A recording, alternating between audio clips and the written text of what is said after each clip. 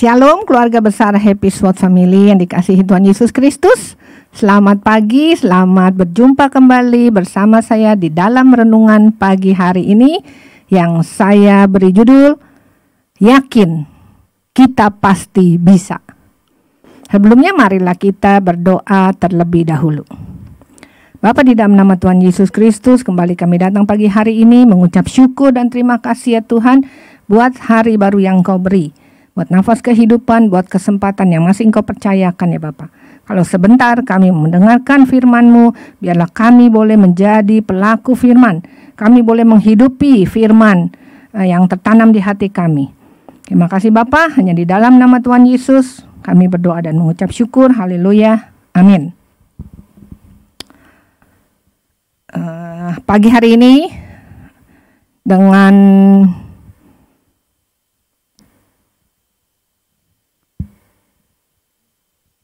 hati yang terbuka, marilah kita mau menjadi sebuah teladan ya untuk seluruh keluarga besar Happy Sword Family. Bukan sebuah tulisan yang omong kosong ketika di dalam suratnya Rasul Paulus menuliskan kepada jemaat di Filipi untuk mengikuti teladannya. Mari kita buka Rasul Paulus dari Filipi 3 ayat 17 mengatakan, "Saudara-saudara, ikutilah teladanku dan perhatikanlah mereka yang hidup sama seperti kami yang menjadi teladanmu." Ajakan ini bukanlah ajakan seorang yang merasa dirinya hebat, merasa dirinya suci, ataupun ajakan merasa dirinya sombong. Sebaliknya, ini adalah ajakan dari seorang yang rendah hati, yang berharap orang lain dapat hidup sebagaimana ia hidup di dalam Tuhan. Pada dasarnya adalah sulit bagi kita untuk menjadi seorang teladan bagi lingkungan sekitar kita tanpa terlebih dahulu kita menemukan seseorang yang menjadi figur teladan kita. Kita bersyukur di dalam kita bergereja di tempat ini, di Happy Sword Family, ada Bapak Gembala yang menjadi seorang yang hidupnya dapat menjadi teladan bagi kita semua. Sebagai hamba Tuhan, kita harus meneladani kehidupan Rasul Paulus dan mereka yang hidup sesuai teladannya. Tadi juga dikatakan bahwa ikutilah teladanku dan perhatikan mereka yang hidup sama seperti kami yang menjadi teladanmu. Jadi setelah Rasul Paulus menjadi teladan, lalu pengikut-pengikutnya pun dapat menjadi teladan. Sebagai seorang gembala yang dipercayakan Tuhan, Bapak Gembala kita, Pendeta D3, David Johan Jaya, memberikan arahan kepada jemaat agar mengikuti teladan Paulus. Bapak Gembala tahu bahwa tanggung jawabnya bukan hanya sekedar memiliki atau mendapat jemaat yang baru, jemaat yang banyak. Semua adalah keinginan para hamba-hamba Tuhan kalau jemaatnya banyak. Tetapi bukan itu yang diharapkan Bapak Gembala. Bapak Gembala mengharapkan setiap jemaatnya yang ada di Happy Sword Family adalah jemaat yang berkualitas. Bukan dilihat dari kuantitasnya. Sia-sia kalau kuantitas banyak, tapi kualitasnya tidak ada. Itu hanya omong kosong. Bapak Gembala tahu bahwa tanggung jawabnya bukan sekedar menghimbau jemaat atau pengerjanya untuk melanjutkan menjadi gembala sidang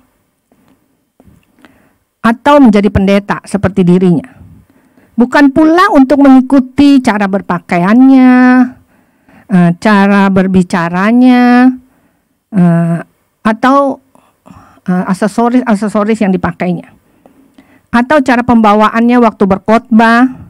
Yang pasti Bapak Gembala menginginkan agar jemaat meneladani kualitas hidupnya. Pengajarannya akan hal-hal spiritual, pengalaman kerohaniannya bersama Tuhan telah dibuktikan melalui kesaksian-kesaksian beliau. Daripada hal-hal yang keduniawian. Beliau meminta agar kita semua jemaatnya untuk meladani aspirasi dan pengejaran spiritualnya. Beliau sedang mengejar tujuan ke depannya dengan sepenuh hati, melakukan suatu pelayanan dengan hati yang tulus, mengejar kedewasaan rohani dalam berpikir, berkata-kata, dan bertindak. Menerapkan kebenaran-kebenaran firman Tuhan agar semua jemaat yang dilayani dapat masuk sorga pada akhirnya. Di dalam Filipi 4 ayat 9, Rasul Paulus berkata, "Dan apa yang telah kamu pelajari, dan apa yang telah kamu terima, dan apa yang telah kamu dengar, dan apa yang telah kamu lihat padaku, lakukanlah itu. Maka Allah sumber damai sejahtera akan menyertai kamu." Inilah teladan dari Rasul Paulus yang diikuti oleh Bapak Gembala kita, dan juga kita sebagai jemaat yang dipimpinnya. Bapak Gembala meminta agar jemaat bukan hanya meneladani aspirasinya, yaitu aspirasi itu adalah harapan, tujuan, keberhasilan pada masa yang akan datang. Tapi juga harus menerapkan segala sesuatu yang kita dengar, yang kita lihat, dan pelajari selama beliau berkhotbah. Kebenaran-kebenaran firman Tuhan yang disampaikan mengalami hadirat Allah dan berkat Allah. Dengan kata lain, kita harus belajar dari kualitas hidup Rasul Paulus.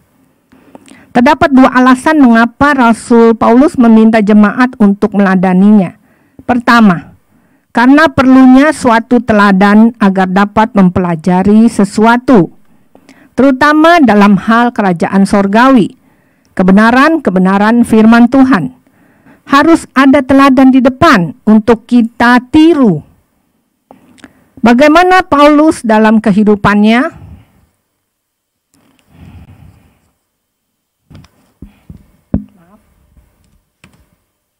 Dia tetap bertahan sekalipun berhadapan dengan berbagai penderitaan, tetapi masih tetap bersukacita demi Kristus.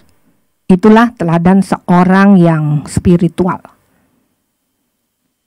Yang kedua, harus ada yang dapat dijadikan teladan supaya jemaat dapat dipimpin dengan baik dan benar.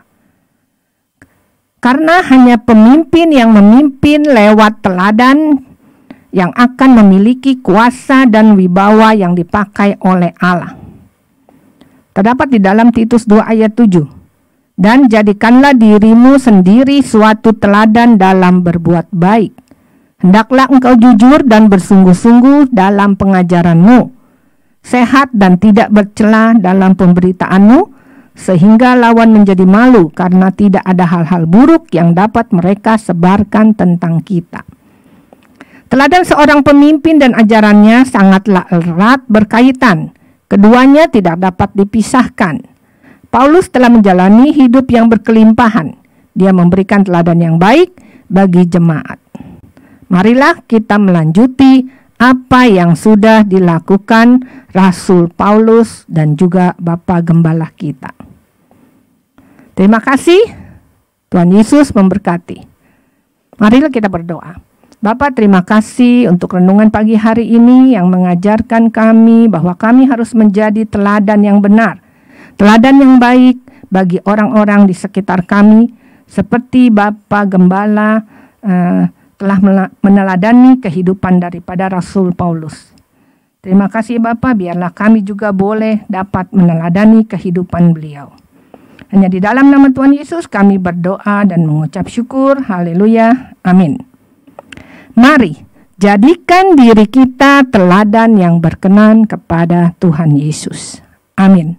Tuhan Yesus memberkati.